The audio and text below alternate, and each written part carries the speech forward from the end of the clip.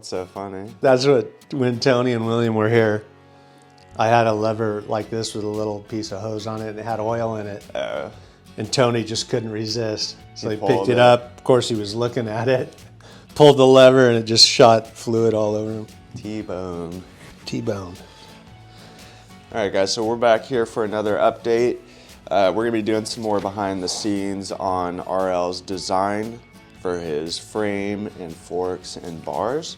But we also wanted to show you guys the new Haro McCoy that RL's been building up the last few days. So this frame is the one that has not been chopped up at all. No modifications, but stock, but we're getting it set up for RL, and we're going to be taking this to the Buckeye bike show this coming week. Hopefully. Well, I don't see any reason why. But, you know, if you say, yeah, we'll be there for sure, then the gods will make sure that we had some big stumbling block and it won't ever happen, so. Well, so you're building this bike up a little bit differently from the previous Haro, or the previous McCoy, so you want to go over that, show them what you're doing? Yeah, so, okay. So this is a stock Dennis McCoy Haro Master. And the first thing, I don't know if you guys noticed, but if you look at the head, I mean, to me, it looks like a chopper now compared to when we had my bike at 73. And you look at this, it's just like, that was the first thing I noticed. And then the top tube's high. But I still think this is a beautiful looking bike. I just love how clean it is. I'm running did you want to go over the whole thing now? Yeah, definitely. 23 tooth front sprocket. Might be a little small, but I think it's going to work. Profile sprocket, BSD, cranks 175s. I went back to 175s. I was 165s, now it's 175s. Just gives you a little more torque when you're doing wheelies or pedaling and stuff. It just feels, I don't know, it makes the bike feel better. 9 tooth rear. This is the big step right here. The BSD Revolution Free Coaster. So as I said a million times before, the cool thing,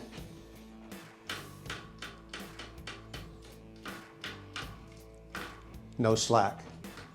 And you don't have to disengage to get the free coaster to work. Yeah, so let's say you do 180 and you're rolling backwards, you don't have to backspin before it or set up or worry about your feet being perfect. Or if you land super hard backwards off a house, whatever you're riding, and your pedal moves forward, it won't catch. I mean, there's a break-in period for sure, but eventually it won't catch. In fact, if you're rolling backwards, you can pedal forwards. Yeah. So I think if this does everything it's supposed to do, I think this is the answer. It's kind of like a bridge from freestyle to wheelies, because wheelie guys like everything real tight, and I do too actually. When you're wheeling and you got one foot and you're just cranking one pedal wheelies, you don't want slack. It's too long of it throws you off, throws your balance off. So of course they don't do a lot of backward stuff, but they're starting to. So we're hoping this will be the answer for guys who want to do wheelies as well as flatland or just freestyle on a big bike. I think it'll open up a lot of doors. I think wheelies are going to fade into, not fade, but freestyle and wheelies are going to combine, and there's going to be, I can already see some new tricks in my head coming out, stuff I probably won't be able to do, but the good wheelie guys will. I was running 2.50s, and I found these at Albies, and this is a 230, and it's a stiffer tire. It's going to have less flex, and I was hoping if I went to a 230, it would save me some room for clearance on a few things, you know? Didn't make a difference, it's just as fat. Maybe a little bit. This is a little bit thinner, but it is a little bit smaller, but it looks good, and they're 25 bucks a piece. They're cheap. Yeah, in stock still too, which is nice.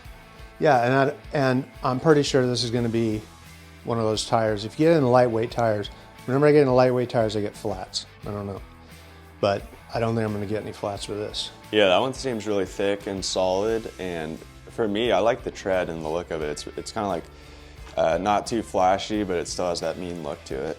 Yeah, and the green, this Haro frame, these are Haro forks. I got to put my bigger brakes on, but It's Tay-Tay. I just love the look of this bike. Of course, the bars make it, definitely the Haro knee savers. I got a profile 14 millimeter axle front hub. And I was hoping that would overcome the thin dropouts. But they still are drooping a little bit. So I think it's a combination. You need thick dropouts. And you could probably get away with a 3/8 female axle, but You like saggy pegs? I don't like saggy pegs. It really bugs me when I look at them and they're just a little bit off and I look at the back and it's just I think some guys like a little sag on their pegs. on their pegs. Yeah. Oh, okay. Well, Gonna go with Magura brakes again for the front and back. yep. We're going with the complete setup in the back. And I do have more clearance. There's a support bar that gets close to the tire, but if you adjust it, you get enough clearance. So that system, that's a stock Magura brake, and we did go with an aluminum clamp on the levers. That's one thing that's gonna have to happen. We broke was it plastic? Yeah, the ones they come with, they're like called like Carbotech or something is what they call them. It's just plastic, basically. And Well, I let's swear, not say plastic unless we know for sure it's it plastic. feels like plastic. You don't know, okay, so we don't know if they're plastic, but they break like that. I mean, They start cracking just from the pressure of pulling the lever. yeah. It's not even like from crashing or anything. So these are aluminum. You could feel it. They're a little more weight. They're stiffer. So this should cure the lever problem. Then we'll have the Magura in the front. We're going to run the Jitsi clamp, which is just a Those work really well. That's what I have on the front of my bike. top and bottom Jitsi. That's it. That holds the whole front brake on. It's so clean. I mean, if you have black forks and black brakes, sometimes you don't even notice there's brakes on there, Yeah. but they work like, Same stem and headset and everything, right? So the forks, the custom forks you had on the last bike. these are Haro forks with their board here for 14 millimeter and the Magura brakes. SE rims, stainless steel spokes, Knee savers for the bars. Haro knee saver bars, I love those things. SE seat post works great with a Dennis McCoy Haro seat. And these are BSD pedals. They're called Jonesin pedals. So you know how I am about BSD stuff, I just love it. Same thing with Haro. So there's the inside of a Haro. Well, all that extra bullshit you see around the edge, those welds, that's from me. So RL's made some minor changes, I guess you could say, to his designs for the forks bike, or the frame, forks, and bars. So I just want to give you guys a little update on that. Yeah, so on my first run through on all my parts, I just go for it. Every dream I possibly have. And then people that are gonna make it or whoever we want to get estimates from are like, well, that's gonna be $4 million, so that ain't gonna work. So then I go back and have to clean everything up and make it reasonable, you know. But it's good, it teaches you, because when you do your dream stuff, you go crazy with everything. Usually your bike's gonna be a little heavy because you got too much crap. But now I'm going through the clean phase now. So we already showed them the new forks, right? This is what we ended up with. We figured these will be cheap enough to make. And Wait, let me see that one more time. Those are really high tech. and for everybody who wants to steal them, there's all your measurements. That's all you need. You're in business. Should I show this or no? What is it? The clamp. Oh yeah. This is a clamp Dylan is That we're working not on. going to be doing anymore. Well, not right now. That's like version 2 right This is there. coming. This is coming. That'll be a rear clamp that is adjustable. So the forks, dropouts, 14 millimeter axle, head tube. Basic, this is probably, I don't know, 5th time through on it. But 3/6 chromoly forks. I'm not sure what grade, because there's many grades of chromoly. I don't know which grade we're going to go with, but 3/16 dropouts. You'll have room for your pegs to clear at the bottom. No sharp edges to hit your feet on. No taper, just one clean tube coming down. And you said the dropouts will be thick enough so they don't sag the pegs or whatever? Yeah, definitely. And then we threw a 14 millimeter axle on it just in case, you know, just feels good to have all that extra strength. Probably don't need a 14 millimeter. And by the way, don't modify your forks for a 14 millimeter axle unless you got a thick dropout and you got plenty of meat around it. Because my fork dropouts are so thin now, but you know, I gotta test this stuff somehow. This will have clearance for a 2.50 tire. And that's probably about it. And then the bike is underneath here. A lot of changes to that. Still working on that. Well, and the forks will have brackets for mounting Maguras. Yes, yes, yes. And it'll have a slot for the cable to go up inside. For Potts Mod. Yeah. I'm not going to show the new bar design. I mean, you guys saw one bar design, which I really liked. I think the taper was too big. Obviously, it was way too big. But I like that design, and I'm going to try to figure out how to get that done. Yeah, I like it too. The new design is, it's how you definitely can get it done because there's only 2 welding points on it. And so it's way cheaper to make, but I just don't like it. Not yet anyways. Okay.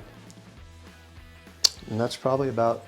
Yeah, so we're kind of in the process of refining everything while also finding, I guess, a machinist or a factory to work with, right? Yeah, we're not a machine. We don't. Well, when we start doing clamps, we're going to need a machinist, or if we do a stem or whatever. But yeah, we're working. We have somebody that we want to work with. We're just working out the details. Yeah. But this guy is top quality, and that's what I want. Top quality, and he has a lot of knowledge in all the metals. So, and he's also very familiar with high-grade chromolyes. You know. It's a process. It's not just, you know, make a design and then you go get it made. There's a lot more to it. There's so much to it. Man, you start looking at like, I think it's Reynolds 853, and I think they call it, I don't know if they actually call it chromoly, but it's like a chromoly, but you can run thinner tubes and have more strength, so it becomes lighter. But that stuff is expensive. That's why everybody uses 4130. It's cheap and it's strong and it's pliable and it works. But if you really, you know, so it's a matter just how far you want to go. Cool. Well, we're going to continue to keep you guys updated just with the whole process of the design and getting this bike built and everything. So, Hi, Tay. We'll be back with more. What's up, kitty? Day. She wants to be a star. I can feel it. Yeah, she knows where the camera's pointing. And I mean, always give us your guys' feedback, you know, ideas that you want to see on the bike or whatever. It's always interesting to hear that, even though we might not put it on the bike. It's still cool to see what you guys want and stuff. Yeah, and that's definitely important. And if this thing, my forks hold up, I get to start riding again. So, yep. Riding and doing drawings and working. So you guys will start seeing him on a bike soon again. I'm looking forward to that. Cool. All right. I'm done. See you guys. All right. Thanks for watching, guys. We'll talk to you soon.